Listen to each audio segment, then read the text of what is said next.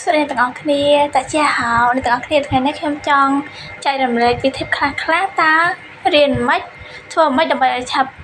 រៀនភាសាចិនឆាប់ចេះនិយាយនិងចេះឆ្លើយតបទៅនឹងជនជាតិចិនអញ្ចឹងខ្ញុំមាន5ជំហានសម្រាប់អ្នកទាំងអស់គ្នាក្នុងការរៀនអញ្ចឹងជំហានទី1នោះគឺការរៀនភីងអ៊ីងតើភីងអ៊ីងនោះគឺជាអ្វីភីងអ៊ីងនោះគឺជាការរៀនសាក់នឹងជនជាតិអ្នកយើងគប់ផ្សំគ្នាទៅឲ្យយើងអានទៅចេញជាពាក្យមួយអញ្ចឹងមានន័យថាដូចជាស្រាប់ជនជាតិអ្នកដូចជា B ព P ផ M មឬក៏ A I នឹងជាដើមអញ្ចឹងបើសិនបើអ្នកទាំងអស់គ្នាមានចំណាប់អារម្មណ៍ក្នុងការរៀនភាសាចិនហើយយើងគួរតែរៀនត្រៀមទុកមុនរៀនភីងអ៊ីងនឹងឲ្យបានចេះមុនគឺកាន់តែល្អអញ្ចឹងអ្នកទាំងអស់គ្នាគួរតែចំណាយពេលទន្ទិញឬក៏ធ្វើមិនដើម្បីឲ្យចាំភីងអ៊ីងទាំងអស់នោះហើយចំណាយជំហានទី2គឺការបញ្ចេញសូរសំឡេងក្នុងការរៀនភាសាចិនគឺការបញ្ចេញសូរសំឡេងគឺមាន4ប៉ុន្តែក៏យើងគួបផ្សំជាមួយនឹងសំឡេងមួយទៀតប៉ុន្តែយើងអានហ្នឹងស្ទើរតែមិនបញ្ចេញសំឡេងទេអញ្ចឹងសំឡេងទី1គឺសំឡេងស្រាលសំឡេងទី1គឺសំឡេងស្មើសំឡេងទី2គឺឡើងលើសំឡេងទី3ចុះក្រោមឡើងលើសំឡេងទី4ចុះក្រោមអញ្ចឹងសំឡេងទីឧទាហរណ៍ដូចជាពី A មួយចុះសំឡេងទី1អាសំឡេងទី2អាសំឡេងទី3អាសំឡេងទី4អាអញ្ចឹង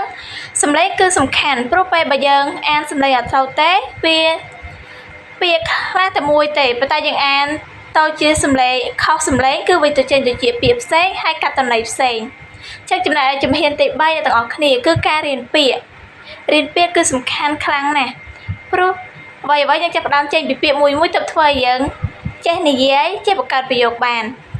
តែពាក្យសម្រាប់តាមអ្វីដែលខ្ញុំណែនាំអ្នកទាំងអស់គ្នាគួរតែរៀនពាក្យដែលសាមញ្ញធម្មតាដែលយើងនិយាយជាប្រចាំថ្ងៃងាយស្រួលក្នុងការរៀន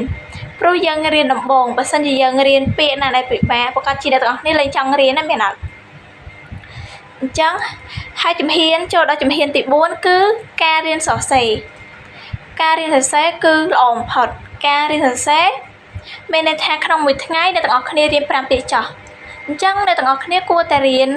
សរសេរមួយពាក្យហ្នឹងឲ្យបាន5ដងឬក៏ច្រើនជាងហ្នឹងដើម្បីឲ្យអ្នកទាំងអស់គ្នាចាំដៃ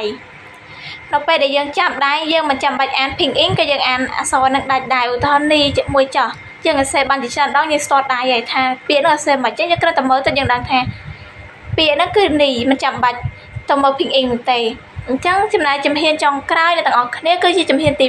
5គឺការរៀនបង្កើតប្រយោគយើងរៀនពាក្យពីដើមបន្តិចឧទាហរណ៍ជាពាក្យវ៉ឈឺនីសាសងឡាស៊ឺអីហ្នឹងយើងអាចយកទៅជាបង្កើតជាប្រយោគឧទាហរណ៍វ៉ឈឺសាសងខ្ញុំគឺជាសិស្សអញ្ចឹងអ្នកទាំងអស់គ្នាមិនចាំបាច់តតែរៀនពាក្យបានច្រើន